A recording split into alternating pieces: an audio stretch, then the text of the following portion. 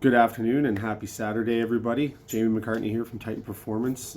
Just wanted to reach out with a brief video to talk about something that has come up in discussion a lot recently with a number of my clients and questions being asked at some speaking engagements. And then a video came up yesterday on my Instagram feed when I was scrolling of Derek Hansen working with a group of coaches and practitioners through one of his running mechanics professional seminars, I assume, talking a lot about drills, skipping drills, marching drills, all of this stuff. He made a key point that resonated with me a lot, and I wanted to explain why.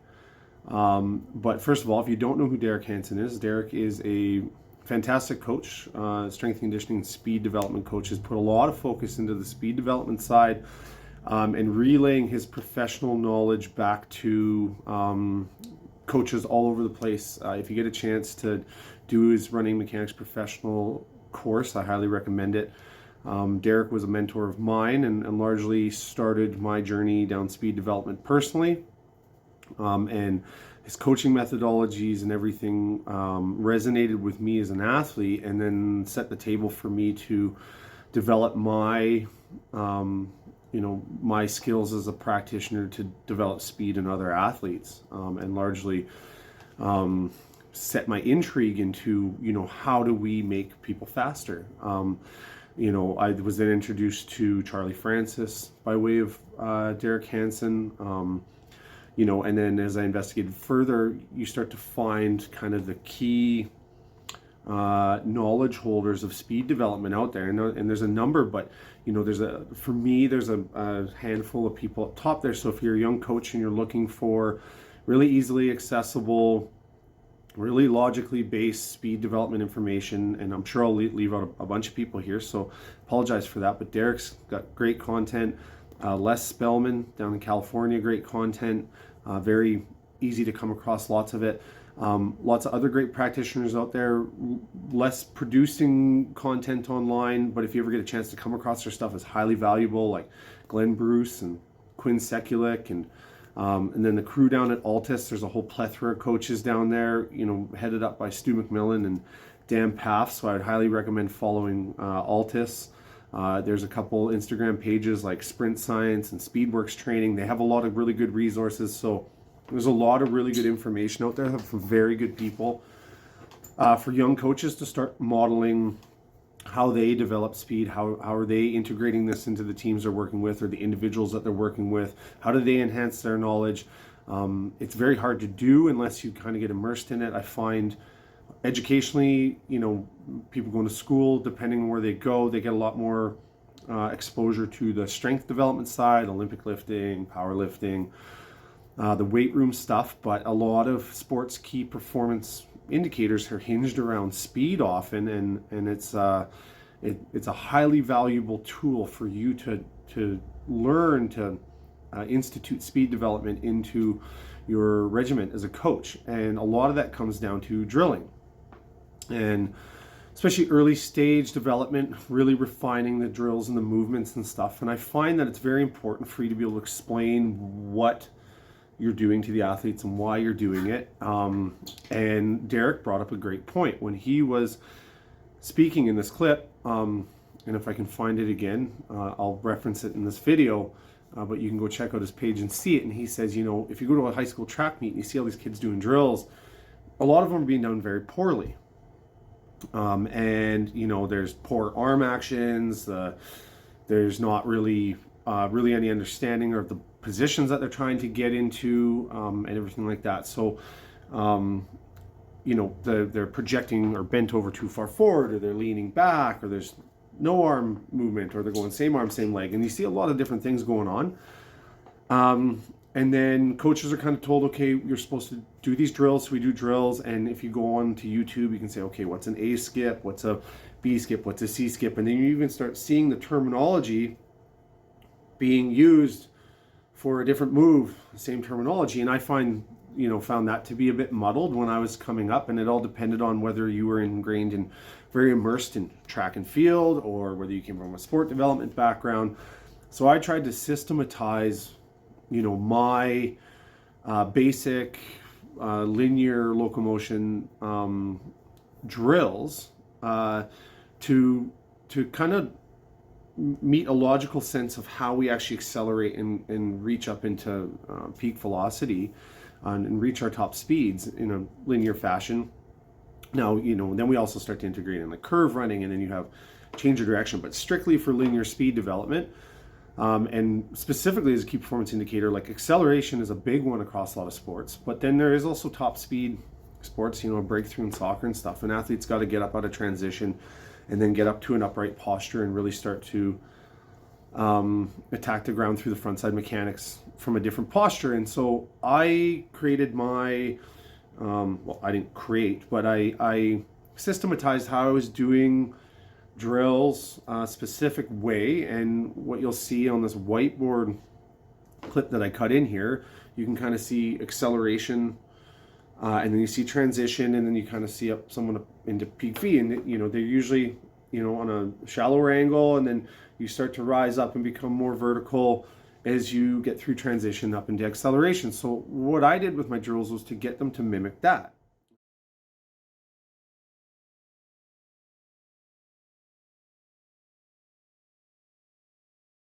Largely the A drill or an A march or an A skip, and doing those with different variations of rhythm and rudiment, whether it's a skip or like a stiff ankle alternating rudiment. So I call it like a triple step, which is the same side, or acyclical. We got an alternating double step, but you can achieve that by achieving the A step action, which is thigh up, kind of hip at 90, knee at 90, ankle at 90.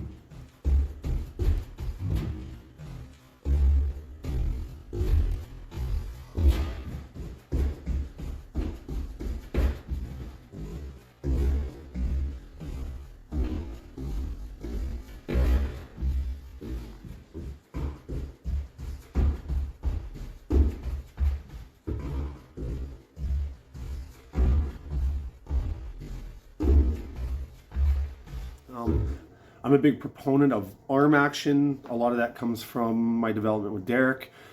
He always tells people we work on the arms and get those in the right position and get into the rhythm, and that will largely affect positively things down the chain. Now, for me, where it got muddled was like, what is the B step? What is the C step? And I'm going to cut to some video here, and you will see my systematization of what I'm doing with the B step and what I'm doing with the C step, and how this translates to what we're doing when we're running. And largely what it comes down to is the action of the A step is for acceleration. The action of the B step for me is to run yourself up out of acceleration and transition into an upright posture. And then the action of the C step is largely mimicking the cycle pattern of what you're doing when you are up at top speed, at a point where you can get more vertical, you have more amplitude, so you have more space for that cycle or that foot on the front side mechanic to cast out in front and attack back down underneath the hip, creating greater negative foot speed to improve that force. Because you have a limited amount of time with that foot on the ground, you want to optimize the force production. Whereas the B step, I talk a lot about, the recovery of the hamstring back up underneath the center of mass, getting that knee up on the front side, and then the foot strikes right back down. So it's a much tighter cycle, like a smaller gear. So like, first, second, third gears, they're smaller. So in the A step, we have that, kind of retraction happening where it's just a push, push, push, very low foot recovery, big projected arms, push, push, push. And then you start to overcome your system mass enough and start to develop enough momentum where you have to start to run yourself up. And if you just pop straight up, you break a lot of that momentum, and largely then, you're either straight up or the foot casts out in front of your center of mass too far and it kickstands you and you break the speed. So you have to make sure that that foot action is coming back underneath the hip. So that's a tight recovery, quick to the front side, and the foot back down. So I call that, your lower gears. And then as you build more speed, so acceleration is kind of gear 1, 2, gear 3, 4. We get through your transition, and I try to mimic that in skipping and marching drills to get that tight cycle.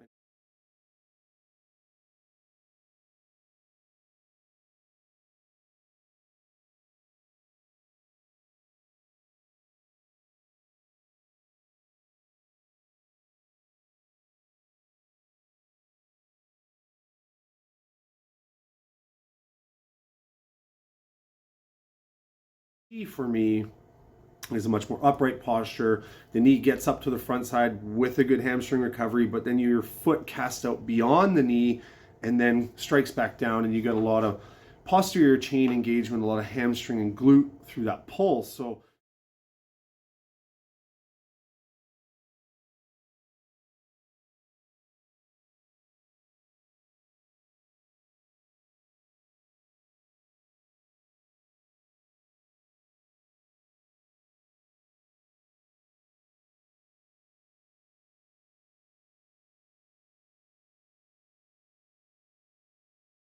the way I conceptualized through acceleration is a lot more push dominant. Transition starts to be a bit of a hybrid of a quick cycle to a push back until we run up, and then the peak speed or max velocity that we, once we start to get up out of transition, we start to run ourselves up into our position of being able to achieve your peak velocity. Then the foot can cast out because now you have the position and the amplitude for that foot to get back underneath with a greater arc of lever back under the center of mass. And you'll see in the videos of me doing these drills where the foot strike is and how tight the cycle is.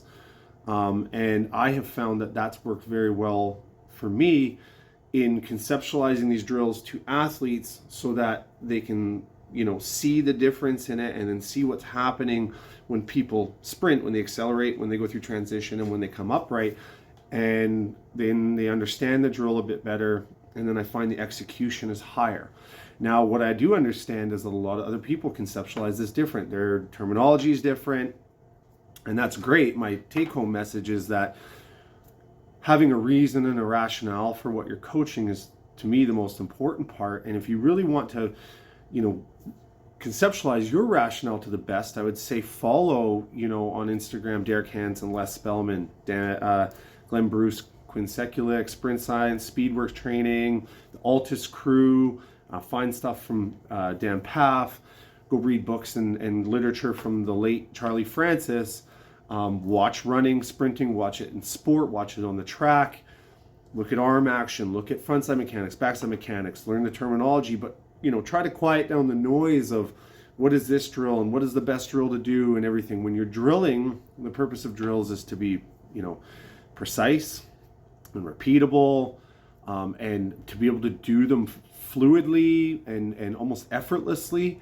And my goal, even at my age, 38, when I still do these drills in my warm-up, is to just get the body moving real smooth and feel poppy, and the symmetry of movement is good, and I feel synchronized and everything. And I even go do that before I go lift, and I find that everything's just firing really well. So I hope this is helpful for you. If you want to check out my drills, I have them on YouTube.